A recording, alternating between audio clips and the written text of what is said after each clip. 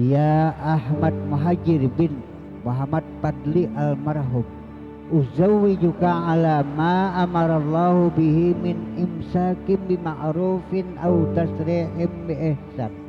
Saudara Ahmad Muhajir bin Muhammad Fadli almarhum, seorang perempuan yang bernama Eka Hastuti binti Suparno, aku nikahkan dengan engkau, yang mana wali ayah kandungnya sendiri telah memberi izin dan berwakil kepadaku dengan maharnya 792.400 rupiah dan cincin emas 5 gram tunai. Saya terima nikahnya Eka Hastuti binti Suparno dengan mahar 792.400 rupiah dan cincin emas 5 gram tunai. Barakallahu laka baraka alaika wa jama'a bainakuma fil khair.